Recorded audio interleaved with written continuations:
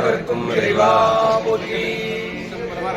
பண்டை மறை வண்டரட்ட பசுந்தே ஞானம் பரிந்துருக சிவகந்தம் மறந்தனார கண்ட இருதய கமலம் உயிரிடலாம் கண்டிரப்ப காசினி மேல் வந்த அருட்கதிரோன் விண்ட மலர் புடை பொழிந்து சூழ் வெண்ணெய் வேகும் மெய்கண்ட தேவன் மீது சைவநாதன் குண்டறிக மலர்ந்தாள சிரத்தே வாழும் உற்பாதம் எப்போதும் போற்றல் செய்வாம். நம பார்வதி பதையே சிவனை போற்றி. மந்தரும் முயங்கு பொன்மலை வள்ளியின் தாயார் சமித திருமுருகநாத பெருமான் திருவடிகள், மங்களாம்பதீஸ்வரம் மாதனேஸ்வர பெருமான் திருவடிகள், ஆறுமுக சிவேல் வருமனுக்கு முருகனுக்கு 63 திருவடிகள், சேக்கிலார் பெருமான் திருவடிகள், நால்வர் முற்றால் திருவடிகள், மெய்கண்ட சந்தானாச்சாரியார் திருவடிகள், மெய்கண்ட பெருமான் குருவடிகள், செம்படம் குருவர்களையும் திருவர்களையும் துதித்து வணங்கி அருள்தரும் முயங்கு பொன்மலை வள்ளியின் தாயார் சமித திருமுருகநாத பெருமானின் மலர்பாதத்தையும் எமையாளும் சண்முகநாத பெருமானின் கமலர் மலர்பாதத்தில் அடியேன் சரண் புகுந்தும் இங்கே வருகை கொண்டிருக்கின்ற அத்தனை சிவனை அன்பர்களை வணங்கி அருமையான இந்த ஐப்பசி மாத சுவாதி நட்சத்திரத்திலே எல்லா வல்ல சிவபெருமானுடைய திருவடி அடைந்து பேரின்ப பெருவாழ்வை பெற்றவர் மெய்கண்ட தேவநாயனார். அத்தகைய நாயனாருடைய வரலாறு நம்ம எப்போவுமே பலவாறு நம்ம சிந்திச்சிருக்கோம். அதனால் நம்ம அது பெருசாக சொல்ல வேண்டியதில்லை, அவருடைய வரலாறு நமக்கு தெரியும். அதனால் சைவ சித்தாந்தத்தை பற்றி சிந்திக்கணும்னா அதுக்கெல்லாம் பல மணி நேரம் ஆகும் இல்லைங்களா. அதில் அடிப்படையான நூல் வந்து உண்மை விளக்கம் நூல். அதை நம்ம ஸ்பீச் வந்து 30 மணி நேரம் விளக்க உரை சொல்லியிருக்கோம். ஒரு எளிமையான நூலுக்கு அவ்வளோ வரைக்கும் சொன்னால் அவருடைய விரிவுரைகளும் பெரிய செய்தி. அது ரொம்ப முக்கியமான விஷயம். சைவ சித்தாந்தத்தை நீங்கள் சுருக்கமாக சொல்லுங்கன்னா அது யாராலையும் சொல்ல முடியாது, அதான் உண்மை. அதுக்கே நான் ஒரு டாக்டர் சொன்ன உதாரணத்தை சொல்கிறேன். அனுப்பர் பாடத்தில் ஒரு டாக்டர் இருக்கிறார். அவர் என்ன பண்ணியிருந்தார், அவருக்கு முன்னாடி என்ட்ரன்ஸில் ஒரு போர்டில் ஒன்று எழுதி போட்டுருக்கார். பல பேர் வந்து ட்ரீட்மெண்ட்டுக்கிட்ட என்ன வராங்க, எதுக்காக இந்த ட்ரீட்மெண்ட், என்ன விஷயம் என்னென்னு என்னை கொடாஞ்சி கேட்குறாங்க. இதெல்லாம் நான் விலைக்கு சொல்ல முடியாது. ஏன்னா நான் 8 வருஷம் படித்த படிப்பை நான் 1 நிமிஷத்தில் எப்படி சொல்ல முடியாது அப்படின்னு இல்லை. அது மாதிரி தான் இது பல பிறவிகளில் படிக்க வேண்டிய கல்வி. இதை நம்ம சுருக்கமாக சொல்லுங்க அப்படின்னு சொன்னால் யாராலையும் சொல்ல முடியாது. இருந்தாலும் ஒரு வாரம் குருவருள் துணை கொண்டு நம்ம ஒரு சின்ன சிந்தனையை நம்ம மெய்கண்ட பெருமானுடைய அருளால் நம்ம சிந்திக்கலாம். பொதுவாக அதாவது எல்லாத்துக்கும் அப்படின்னா, எல்லாத்துக்கும் பிறக்கிறோம். ஆனால் பிறந்த பின்னாடி என்னென்னா வர்ற நிகழ்வுகளை பார்த்தா எல்லாருக்கும் பயமாக இருக்கும். அடுத்து என்ன நடக்குமோ, அதுக்கு என்ன நடக்குமோ யாருக்கும் தெரியாது. இந்த உலகமே பொதுவாக எல்லாரும் மாயை அப்படின்ட்டாங்க. அப்போ மாயைன்னா இல்லாததா அப்படின்னு ஒரு கேள்வியெல்லாம் வரும். இப்படிப்பட்ட பல கேள்விகள் வந்து தொடர்ச்சியாக எழும். ஆகவே இது வந்து என்ன பெரியவங்க என்ன சொல்லுவாங்க, தேடல்னு சொல்லுவாங்க. இது என்னையா அப்படின்னு நம்ம இதுக்கு என்ன காரணம் அப்படின்னு தேடிக்கிட்டே இருந்தோம் இல்லைங்களா. அது தேடல் வந்து போய்கிட்டே இருக்கும், அதுக்கு ஒரு முற்றுப்புள்ளியே இல்லை. இப்படி ஒவ்வொரு ஆன்மாவும் ஒவ்வொரு பிறவிலையும் தேடும். இந்த ஞான விசாரம் அப்படின்வாங்க. ஒரு அருமையான ஞான விசாரம் அடைஞ்சு அந்த ஞானத்தை தேடிக்கிட்டே இருக்கிறாங்க. ஒரு பிறவி தேடி முடியாது, அடுத்த பிறவிலையும் தேடும். அதுக்கு அடுத்த பிறவிலையும் எப்படி பல பேர் தேடிக்கொண்டே இருந்தாங்க. அப்படி தேடிக்கொண்டே இருந்ததில் இந்தியாவில் பல பேரும் தேடினாங்க. அப்படி தேடியதில் ஒருத்தர் தான் ஆதிசங்கரன் இருந்தார். அவர் நிறைய தேடி கடைசியில் ஒன்றை கண்டுபிடிச்சு அவர் எல்லாத்துக்கும் உலகத்துக்கு ஒரு அறிவிச்சார். ஆதிசங்கரன் அவர் என்ன சொன்னார்னா அத்வைதம் அப்படின்னார். அவர் தேடுதல்ல ஒரு விடை என்னன்னா அத்வைதம்னு அவருக்கு ஒரு விடை கிடைச்சது. தமிழில் சொன்னால் 2 அல்ல 1 அப்படின்னு சொன்னார். இதான் ஆதிசங்கரர் கண்டுபிடிச்சு ஞான தேடல். 2 அல்ல 1 அப்படின்னு என்ன இருக்கோம்னா அவர் என்ன சொல்றாருன்னா, இப்போ நாம யாருன்னா நாம உயிர். அப்போ உயிர்னா இறைவன், நமக்கு மேலே ஒரு சக்தி இருக்கியா, அது ஆண்டவன் அல்லது இறைவன் சொல்கிறோம்ல. அப்படின்ற போது இறைவன் ஒருத்தர், உயிர் ஒருத்தர் அப்படின்னு 2ஆ பார்க்காதீங்க அப்படின்னு ஆதிசங்கரர். இது 2ஆ பார்க்காதீங்க அப்படின்னு. அப்படி எப்படி எங்கே பார்க்குறதுன்னா அது 1ஆ பாருங்க அப்படின்னு. இதுதான் ஆதிசங்கரர். அவர் சொன்னதும் இந்தியா முழுவதும் ஒரு மதமாயிடுச்சு. அவர் தேடிய ஞானத்தினுடைய விஷயம் 2 அல்ல 1 அப்படின்னு முடிச்சார். அப்போ அவர்கிட்ட வந்து கேட்டார்கள், அப்போ இறைவனும் உயிரும் ஒன்றா ஆமாம் அப்படின்னு இதுதான் அவர் தேடல ஞான தேடல். சரிங்களா? ரெண்டாவது ஒருத்தர் தேடுங்க, அவர் மத்துவர்னு பேர். அவர் என்ன சொன்னார்னா, அவர் ஒன்று சொன்னார். அவர் என்ன சொன்னார்னா இரண்டு அப்படின்னு. முதல் சொன்னது இரண்டல்ல ஒன்றுங்க. ரெண்டாவது வந்த மத்துவர் வந்து ஒன்று அப்படின்னு மன்னிக்கணும், இரண்டு அப்படின்னு. அவர் என்ன சொன்ன, இறைவன் வேறையா உயிர் வேறையா அப்படின்னு மத்துவர் சொன்னார். இந்த மத்துவருடைய விளக்கங்கள் இந்தியா முழுது பெருசாக பரவலை. அவருக்கு ஒரு சீடர் வந்தார், அவர் தான் ராகவேந்தர். எல்லாம் கேளுங்க, அவர் ராகவேந்தர். அவர் வந்து மத்துவருடைய கொள்கையை எடுத்து அவர் பரப்பினார், இரண்டுன்னு பரப்பினார். இது ஒரு ஞானத்தேடலுடைய விளைவாக இருந்தது. அடுத்து மூணாவது ஒருத்தர் வந்தார். ஞானத்தேடல்ல எல்லாருமே நீங்கள் நான் தேடிக்கிட்டு தான் இருக்கோம், ஆனால் இது வந்து முக்கிய புள்ளிகள், அந்த ஞானத்தை தேட முக்கிய புள்ளிகள். மூன்றாவது ஒருத்தர் வந்தார், அவருக்கு ராமானுஜர். அவர் வந்து என்ன பண்ணார், விசிஷ்டாத்வைதம் அப்படின்னு அவர் ஒன்று சொன்னார். அவர் என்ன சொன்னார்னா ரெண்டு தான் ஆனால் ஒன்று, ரெண்டு தான் ஆனால் ஒன்றுன்னு. எனக்கு ஒன்றுமே புரியலேன்னு அவர்கிட்ட வந்து எல்லாரும் கேட்டாங்க. அவர் என்ன சொன்னார்னா, சூரியன் இருக்கு இல்லையா, சூரியனோட ஒளி இருக்கு இல்லையா, ஆமாம், சூரியன் வேற சூரியனோட ஒளி வேற நம்ம ரெண்டாக பார்க்குறோம். ஆனால் பொதுவில் என்ன பார்த்தா அது ஒன்று தான் அப்படின்னாரு. சூரியனும் சூரியனுடைய ஒளி போல அப்படின்னு சொன்னார். இது விசிஷ்டாத்வைதம் அப்படின்னு சொன்னார். அதாவது இரண்டு தான் ஆனால் ஒன்று, அது சமஸ்கிருதத்தில் விசிஷ்டாத்வைதம். இப்படின்னா ஞானத்தை சொன்னார். இதெல்லாம் ஒரு நூற்றாண்டு கணக்காக வந்தது. நாலாவது ஒருத்தர் வந்தார், அவர் தான் மெய்கண்டார். அவர் வந்து என்ன சொன்னார்னா, இந்த ரெண்டல்ல ஒன்று அப்படின்னு அதை மறுத்தார். ரெண்டாவது வந்து என்ன சொன்னார், ரெண்டு அப்படின்னார், அதையும் மறுத்தார். மூணாவது வந்து என்ன சொன்னார், ரெண்டு தான் ஆனால் ஒன்று அப்படின்னு அதையும் மறுத்தார். சாமி வந்து என்ன சொன்னார், மூணு அப்படின்னு என்ன சொன்னார், மூணு அப்படின்னார். எல்லாரும் இந்தியா இருக்கு. இந்த இடத்துல ஒரு சொல்லிக்கிறீங்க, இது மெய்கண்டார் கண்டுபிடிக்கல, நல்லா தெரிஞ்சுக்கங்க. இந்த மூணு விஷயம் மெய்கண்டார் சொல்ல, சிவபெருமான் சொல்லியிருக்கிறார். அதனால் தெரிஞ்சுக்கணும், சிவபெருமான் சொல்லியிருக்கிறார். எதில் சொல்லியிருக்கிறாருன்னா சிவ ஆகமங்களில் சொல்லியிருக்கிறார். சிவ ஆகமங்களில் அது 28 நூல்கள், இதெல்லாம் பெரிய நூல்கள், 28 அறிவு நூல்கள்லாம். 28 நூல்களில் 2 பிரிவாக பிரிச்சாங்க. ஒன்று கிரியா காண்டம், மற்றொன்று ஞான காண்டம் அப்படின்னு பிரிச்சாங்க. கிரியா காண்டம் என்ன சொல்றதுன்னா, இது மாதிரி திருக்கோயில்கள் சிவ ஆகமப்படி திருக்கோயில், திருமுருகனுடைய திருக்கோயில் வந்து சிவ ஆகமப்படி உருவாக்கிய கோயில், சிவபெருமான் அவருடைய சிவ ஆகமப்படி உருவாக்கிய கோயில். அவினாசியும் அப்படிதான் இல்லைங்களா. இப்படி பெரும்பாலான பாடல் பெற்ற தலங்கள் எல்லாம் சிவ ஆகமப்படி நடைபெற்ற கோயில் தான். எல்லாமே பாடல் பெற்றது எல்லாமே சிவாகமப்படி. அதுவே பாடல் பெறாத சிவாகம ஆலயங்களும் உண்டு. இதெல்லாம் சிவபெருமானவருடைய விதிமுறைப்படி கிரியா காண்டத்தில் சொன்னது. அதாவது அப்படி கிரியா காண்டமே என்ன, சாமி பிரதிஷ்டை பண்ணுவது, இந்த விக்கிரகத்தில் இந்த திருமணி இந்த உயரத்தில் பண்ணுவது, இந்த அதில் அந்த பண்ணி குபாவசியம் செய்வது, இந்த மந்திரங்களை உச்சாரணம் பண்ணி சுவாமியை ஆவாகனம் பண்ணி உலகத்தில் உள்ள அனைத்து உயிரிழக்கும் இறைவனுடைய அருள் நிலையை அனைவருக்கும் கொண்டு செலுத்துவதற்கான நிலை தான் இந்த திருக்கோயில்கள்லாம். இந்த இடத்துல ஒரு கேள்வி கேட்கலாம், திருக்கோயிலுக்கு எல்லாருமே வராங்களே, எல்லாருக்குமே இறைவனுடைய அருள் கிடைக்குதா அப்படின்னு சொன்னால் ரொம்ப பேர் என்ன சொன்னாங்கன்னா, நானும் தான் வாரேன் சாமி கும்பிட்றேன், ஒன்றும் கிடைச்ச மாதிரி இல்லையே அப்படின்னாங்க. ஏன் அப்படின்னு சொன்னா, இதை உணர்ந்து வழிபாடு செய்யணும். இந்த உணர்ந்து வழிபாடு செய்வதற்கு என்ன உதவுது அப்படின்னு சொன்னால், சைவ சித்தாந்தம் உதவுது. அப்போ என்ன செய்யணும்னா, முதல்ல சைவ சித்தாந்தத்தை கற்றுக்கொள்ள வேண்டும். கற்றுக்கொண்டு சைவ சித்தாந்த கற்ற பின்னாடி நமக்கு ஒரு கண்ணாடி போடப்படும். சைவ சித்தாந்த கண்ணாடி நமக்கு கொடுக்கப்படும்.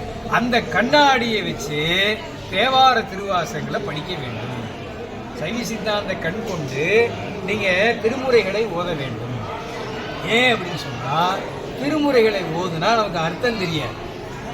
இப்போ உதாரணமாக திருவாசகத்தில் ஒரு பாட்டு, செம்மை நலம் மரியாத சிதடரோடு திருவேனை மும்மை மலம் அறிவித்த முதலாய முதல்வன்தான் நம்மையும் ஓர் பொருளாக்கி நாய் சிவிகை ஏற்றுவித்த அம்மை எனக்கு அருளியவாறு ஆர்வருவார் அச்சோவே அப்படின்னு திருவாசகம் நம்ம எல்லாரும் பாடுறோம். அந்த பாட்டு எல்லாருக்கும் தெரியும், மனப்பாடம். எல்லா அடியார்களும் அதை பாடுவாங்க. என்னையா அர்த்தம்னு யாருக்கும் தெரியாது. ஏன் தெரியாது? சித்தாந்தத்தை படித்தாதான் அதுக்கு என்ன மீனிங் தெரியும். அதான உண்மை. செம்மை நலம் அறியாத. செம்மை நலம்னு என்னன்னு யாருக்கு தெரியுமா? சித்தாந்தத்தில் தான் செம்மை நலம் சொல்லப்படுகிறது.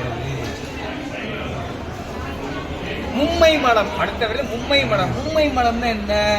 அது சித்தாந்தத்தில் தான் சொல்லப்படுகிறது. இதுக்கெல்லாம் விளக்கம் அங்கே தான் இருக்குது. மும்மை மலம்னா ஆணவம், கண்மம், மாயை, இந்த 3 மலத்தை சாமி அறுக்கணும். ஏயா அறுக்கணும் அப்படின்னு கேட்டால் அதுதான் நம்மளை துன்பப்படுத்துறதே இந்த 3 தான். அதை நம்மளால் அறுக்க முடியுமா, விட்டு நீங்க முடியுமா, ஒழிக்க முடியுமா? முடியவே முடியாது. அது ஒருத்தரால தான் முடியுங்க. அவர் தான் சாமி, சிவபெருமானோட தான் முடியும். அவர் தான் முதலாய முதல்வன்னர், அவர் தான் மகாதேவன். முதலாய முதல்வனால தான் அதை செய்ய முடியும். அப்போ திருமுறைகளுடைய பாடலுக்கான விளக்கம் எங்கே இருக்குன்னா சித்தாந்தத்தில் இருக்குது. அப்போ சித்தாந்தத்தை கற்று திருமுறைகளை ஒருவர் ஓடுவானால் என்ன நடக்கும் அப்படின்னா, நீங்கள் வீட்டிலையும் ஓதலாங்க. ஓதும் போது நமக்கு ஒரு உணர்வு பிறக்கும். அதே பாடம் நீங்கள் கோயிலில் வந்து ஓதுனீங்க, அது 100 மடங்கு உணர்வு கிடைக்கும். அந்த உணர்வுகளை இறைவனை நம்ம அறிந்து கொள்ள முடியும். இறைவனை வந்து உணர்ந்து தான் அறிந்து கொள்ள முடியும். இப்போ காற்றை நம்ம கண்ணால் பார்க்க முடியாது, ஆனால் உணரலாம் இல்லையா? அப்போ கோயிலில் பெருமான் நமக்கெல்லாம் அருள் பாடிக்கின்ற உணர்வு எப்போ கிடைக்குன்னா திருமுறைகளை பாடும்போது கண்டிப்பாக கிடைக்கும். அப்போ திருமுறைகளை நம்ம பொருள் உணர்ந்து ஓதுவதற்கு என்ன செய்யணும்? பொருள் உணர்ந்து ஓதுவார் செல்வர் சிவபுரம் அப்படின்னார் மாணிக்கவாசகர். செல்வர்னு சிவபுரம், கைலாயத்தில் போய் பெருமாளுடைய திருவடி நிழலில் நீங்கள் இருக்கலாம் அப்படின்னு அவங்க தான் செல்ல முடியும்னு சொன்னார். அப்போ சித்தாந்தத்தை முறையாக கற்கும்போது திருமுறைகளுடைய பொருள் நலத்தை நாம் சிந்திக்க முடியும். பொருள் நலங்களை சிந்தித்து ஓதினால் கண்டிப்பாக அவர்களுக்கு உணர்வு கிடைக்கும். சார், உணர்வு பிறக்காதவங்களுக்கு என்ன நடக்கும்? அவங்களும் தான் கோயிலுக்கு வர்றாங்க. அந்த உணர்வு வரலாம் என்ன கிடைக்கும்னு சொல்லிட்டார். அதையும் 12 திருமுறைகளில் யார் சொல்லியிருக்கிறாரு? சேக்கிழார் பெருமான் சொல்றாரு. என்ன சொல்றாரு? அதை முதலடி எடுத்து கொடுத்ததே சிவபெருமான் தான். உலகெல்லாம் உணர்ந்து ஓதற்கு அரியவன் என்னை நீ பார்க்க முடியாதுன்ட்டாரு. எப்பையா பார்க்கணும்? நீ உணர்ந்தா பார்க்கணும். உணராதவர்களுக்கு அரியவன், உணர்ந்து ஓதுவர்களுக்கு அடுத்து எளியவன். நிலவுலாவிய நீர்மலி தேனியன் அவன் அலையில் சோதியன் அவன் அம்பலத்தில் ஆடுவான் அவனுடைய மர சிலம்படியே நம்ம வாழ்க்கை வணங்குவோம். அப்போ திருமுறைகளை படிக்கிறதா நம்ம சைவ சித்தாந்தம் கொஞ்சமாவது தெரிஞ்சுக்கணும். நம்ம இந்த இடத்துல புரிஞ்சுக்கணும் இல்லைங்களா?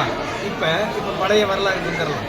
நீலண்டார் வந்து 3 அப்படின்னாரு இல்லைங்களா? 3 என்ன அப்படின்னா பசு, பதி, பாசம் அப்படின்னு 3 சொன்னாங்க. சரி, பசு, பதி, பாசம்.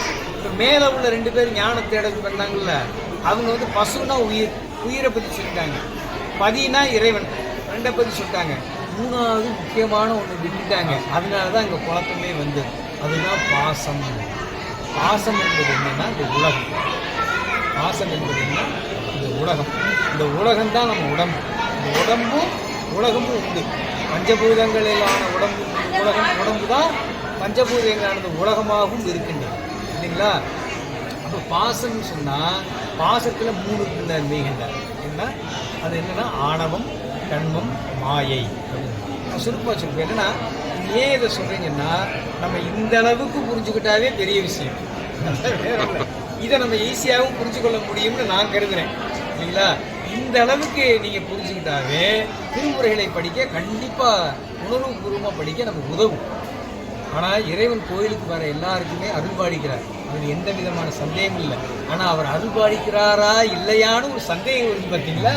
அந்த சந்தேகம் நமக்கெல்லாம் தீர்ந்து போயிடும். அதுதான் அந்த சந்தேகம் இந்த அறுத்தறியப்படும். இருக்கிறார். சுத்தமூர்த்தி நாயனார் திருவெண்பாக்கத்தில் வந்து கேட்டான், சாமி நீங்கள் இருக்கீங்களான்னு கேட்டார். எப்போ நான் இங்கே தான் இருக்கேன், நீ வெளியே போவீங்க. அவரே சொன்னார், நான் இங்கே தான் இருக்கேன். அவருக்கு தெரியும் ஏன் இருக்கிறாரான்னு ஒரு கேள்வி கேட்டாருன்னு கண்டு போயிருச்சு. பார்வை கொடுன்னு கேட்குறாரு. அப்போ பார்வையை கொடுக்கலைன்னா என்ன வரும்? அவர் இருக்கிறாரா இல்லையான்னு தானே கேட்பாங்க. அந்த அர்த்தத்தில் கேட்டார். அது மாதிரி நமக்கு இப்படித்தான், நமக்களும் அறிவு குருடு. நமக்கெல்லாம் அறிவு குருடுங்க. அந்த அறிவு குருடுனா இங்கே அறிவு இல்லை.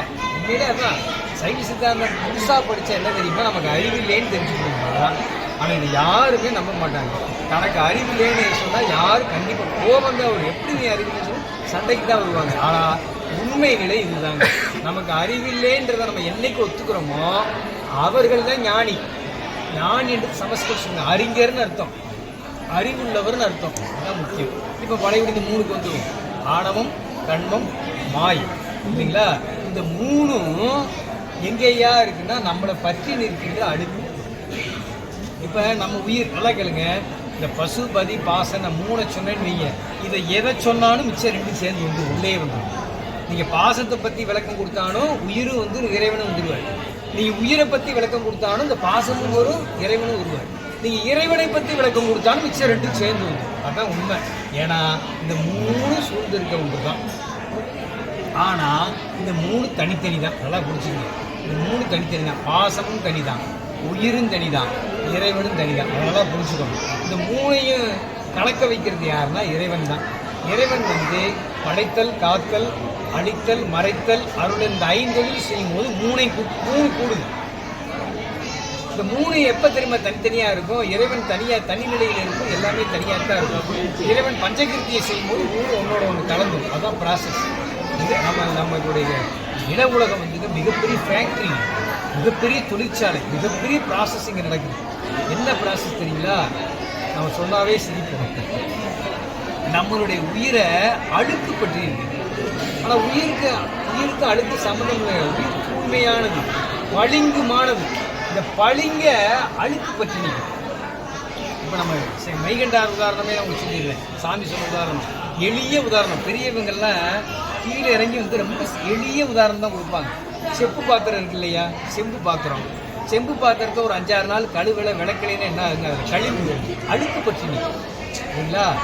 அதை என்ன பண்ணுவோம், ஒரு புளியை வச்சோ நீலாம்பரி பவுடரை வச்சு நல்லா தேய்ச்சோன்னு வைங்க, பளபளன்னு வந்துருதா இல்லையா? அப்போ செம்பு பளபளமானது தான், பளபளன்னு ஒளி வீசக்கூடியது தான். ஆனால் ஏன் ஒளி வீச முடியலைன்னா அழுக்கு அதில் தோய்ந்து போய் நிற்குது.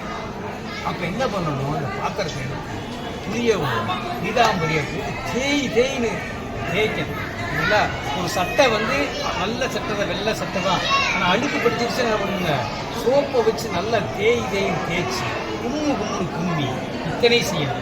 இதைத்தான் சாமி உயிருக்கு செய்யணும். நம்ம என்ன அழுக்க படிக்கிறது, அந்த அழுக்கு நீக்கிறதுக்காக நல்ல தேய்ச்சி கும்புற இடம் தான் நம்ம நில உலகம். பூமியில் இதுதான் இந்த ப்ராசஸ் தான் நடக்குது. அப்போ ஒருத்தருக்கு சிரமம் வருதுன்னு சொன்னால் அவருடைய வினை கழிகிறதுன்னு அர்த்தம். அந்த அழுக்கு நீங்குகிறது, அந்த ஆணவ மலை அழுக்கு நீங்குகிறது. அதான் அடியார்கள்லாம் சாமி எனக்கு துன்பத்தை கூடியா, துயரத்தை கூடியா, சிரமத்தை கூடியா அப்படின்னாங்க. உடனே போயிடும், இமீடியட்டாக போகும். சாமிநாய சிவாச்சாரி கேள்வி பதில் கேட்குற அந்த இடத்துல அதை சொல்லிக்கிறேன். அவர்கிட்ட ஒரு அருமையாக அதை நல்ல சாமி நகைச்சுவையாக சொல்லுவார். ஒருத்தர் கேள்வி கேட்டார், சாமி எனக்கு நிறைய வினைகள்லாம் இருக்குன்னு சொல்கிறீங்களே, வினைகள்லாம் எப்போ சீக்கிரத்தில் கழியும் அப்படின்னு கேட்டார். ஒரு கேள்வி 2 வாரத்துக்கு முன்னாடி ஒரு கேள்வி வந்துச்சு. இந்த வினைகள்லாம் எப்போ சீக்கிரம் எப்போ சாமி கிடைக்கும்? உண்மையில அவர் அறிவுடையவர். அந்த கேள்வி கேட்டுக்கார். சாமி அருமையாக சொன்னார், 7.5 சனி காலத்தில் வேகமாக போகும். 7.5 சனி காலத்தில் நீ சந்தோஷப்படுங்க, சீக்கிரம் போயிடும். துன்பம் வந்து சீக்கிரம் கழிக்கப்பட்டு அந்த வினை நீங்கிடும். அதனால் அந்த காலம் நமக்கு அருமையான காலம். வள்ளுவர் வந்து துன்பம் அந்த இடுக்கண் வருங்கால் நகுக அப்படின்னா துன்பம் வரும்போது லாஃபிங் திருப்ப சிரிக்க சொல்லலை. அவர் அந்த அர்த்தம் இல்லை. ஏன் நீ மகிழ்ச்சி அடைங்கன்னு சொன்னார்னா, அப்பாடா துன்பம் இந்த இடத்துல சீக்கிரம் நீங்குதப்பா, வினை ஒழிஞ்சது அப்படின்னு சந்தோஷப்படுங்கப்பா, ஆனந்தப்படுங்கன்ற அர்த்தத்தில் அவர் அப்படி சொன்னார். அதனால நமக்கு எல்லாமே நன்மை தாங்க. இது எப்படி நம்ம ஒரு சாஸ்திர முறையாக ஞானிகள் சொன்ன அந்த சாஸ்திரத்தை நம்ம பயிலும்போது அவங்க அருள் நம்ம கூடயே இருக்குங்க. அப்போ நம்ம அந்த எளிமையான காரணங்களை நம்ம புரிஞ்சுக்கணும் இல்லைங்களா? ஒன்றும் இல்லை. இப்போ இது இங்கே சொல்லுங்க, இந்த உலகம்னா இதுதான்யா, உயிர்னா இதுதான், இறைவன்னா இவர் தான் அப்படின்னு ஒரு சரியான புரிதல் தன்மை நமக்கு வந்துருச்சுன்னா நமக்கு என்னங்க பிரச்சனை வரும்போது? அப்போ பிரச்சனை எங்கே தெரியுமா இருக்குது? இப்போ 2 பேர் சண்டை போட்டாங்கன்னு வைங்களேன், உதாரணம் 2 பேர் சண்டை போட்டாங்க. அவங்களுக்கு என்ன சொல்லுவோம், இந்த 2 பேருக்கு அண்டர்ஸ்டாண்டிங் இல்லையா, அதனால தான் பிரச்சனை வந்தது. அப்போ 2 பேருக்கு உள்ள பிரச்சனைக்கு என்ன காரணம்? அண்டர்ஸ்டாண்டிங் இல்லை, புரிதல் தன்மை இல்லை. அதே மாதிரி தான் நமக்கு ஏன் பிரச்சனை துன்பம் வருதுன்னா, உலகத்தை பற்றி புரிதல் இல்லை, இறைவனை பற்றி புரிதல் இல்லை, நம்மளை பற்றியும் புரிதல், நம்மள உயிரை பற்றி புரிதல் இல்லை. அப்போ சரியான புரிதல் ஒருத்தருக்கு வந்து விட்டால் அவனுக்கு அவனுடைய அந்த அறியாமை அவனை விட்டு நீங்கும். நீங்கினா என்ன பெறும்? அறிவு பிறக்கும். அறிவு பிறப்பதும் அறியாமை நீங்குவதும் ஒரே செகண்ட்ல நடைபெறதாங்க. அறிவு ஒருவருக்கு வரும்போதே அறியாமை நீங்குகிறது. ஒளி வந்துருச்சுன்னா இருள் போயிடும் இல்லை. அது மாதிரி எல்லாம் ஒரே கணத்துல ஒரு செகண்ட்ல நடைபெறுகின்றதா இது. ஆகவே நமக்கு சாமி என்ன கொடுங்க? பாசம், ஆணவம். அப்ப நம்ம பற்றி இருக்கின்ற அழுக்கு அது நிரந்தரமா எப்போதும் நம்மகிட்ட இருக்கின்ற அழுக்கா இருக்குது. உயிரை பற்றி இருக்குது. அப்போ இந்த அழுக்கு நீங்குவதற்கு சாமி என்ன பண்ணுறாருன்னா, ஒன்றும் இல்லைங்க, நம்ம குழந்தை விளையாண்டுட்டு வருது, பார்த்தோன்னே அம்மா நினைப்பாங்க, வீடு மேலெல்லாம் புழுதியாக இருக்கீங்க வா அப்படி நல்லா சோப்பு போட்டு நல்லா தேய்ச்சி அழுக்கு கடி குழு விட்டு நல்ல திருநீர்லாம் வச்சு பவுடர்லாம் போட்டு அந்த குழந்தைக்கு வந்து அப்படி கட்டி அனுப்பி சந்தோஷமாக இருப்பாங்கள்ல. இதைத்தான் இறைவன் செய்தார். இது அப்படியே அழுக்காக இருக்கானே, இங்கே படவலன்னு நீக்கிறா அப்படின்னு அவனை கூப்பிட்டு அழுக்கு போடணும். அவனோட அழுக்கு ஆணவ அழுக்கை நீக்கிறதுக்கு என்ன பண்ணுறாருன்னா, நம்ம சோப்போ அழுக்கை நீக்கிறது மாதிரி சாமி மாயை என்ற அழுக்க வைக்கிறார். மாயைன்றது ஒன்று இருக்குது, ஆல்ரெடி இருக்கிற ஒன்று. அந்த மாயையை எடுத்து நமக்கு உடம்பை படைக்கிறது. அதே மாயிலிருந்து இந்த உலகத்தையும் கொடுக்குறது. இந்த உலகத்தையும் உடம்பையும் ஒரே சேரத்தை சாமி படைச்சு கொடுக்குறாரு. ஆக மொத்தம் என்ன தெரியுதுன்னா, இந்த மாயையை யாரும் படைக்கலை, அது ஆல்ரெடி இருக்குது இல்லைங்களா. இந்த உடம்பும் இருக்கிற ஒன்று தான், மாயிலிருந்து வந்தது. உள்ள இந்த குலாளர்கள்லாம் இருக்காங்களா, மண்பானை செய்கிறவங்கலாம் மண்ணெண்ணா களிமண்ணா நிறையா இருக்கும். அதை எடுத்து வந்து ஒரு குலாளர் வந்து அதை பானையாகிறார். பானை எங்கே இருந்துச்சு? மண்ணில் இருந்து. பானையை பயன்படுத்துகிறோம், ரொம்ப நாள் ஆச்சு, அது 10-15 வருஷம் ஆச்சு, அப்புறம் உடஞ்சி போயிடுது, பழையபடி அது மண்ணாயிடுது இல்லைங்களா. அப்போ அதுக்கு இந்த கூடப்பொருள் என்ன அழிவில்லாத பொருள். இந்த மண் அழிவில்லை இல்லைங்க, அதுலேருந்து ஒரு பொருளாக வருது, திரைப்படையோடு மண்ணாயிடுது. அதெல்லாம் மாயையிலிருந்து வந்த இந்த உலகமும் உடம்பும் ஒடுங்கி மீண்டும் மாயையிலே போயிடும். மாயையை யாரும் படைக்கவில்லை இல்லைங்களா. ரைட். மாயை நமக்கு உதவுறதுக்காக இறைவன் அதுலேருந்து எடுத்து கொடுத்து உலகத்தையும் உடம்பையும்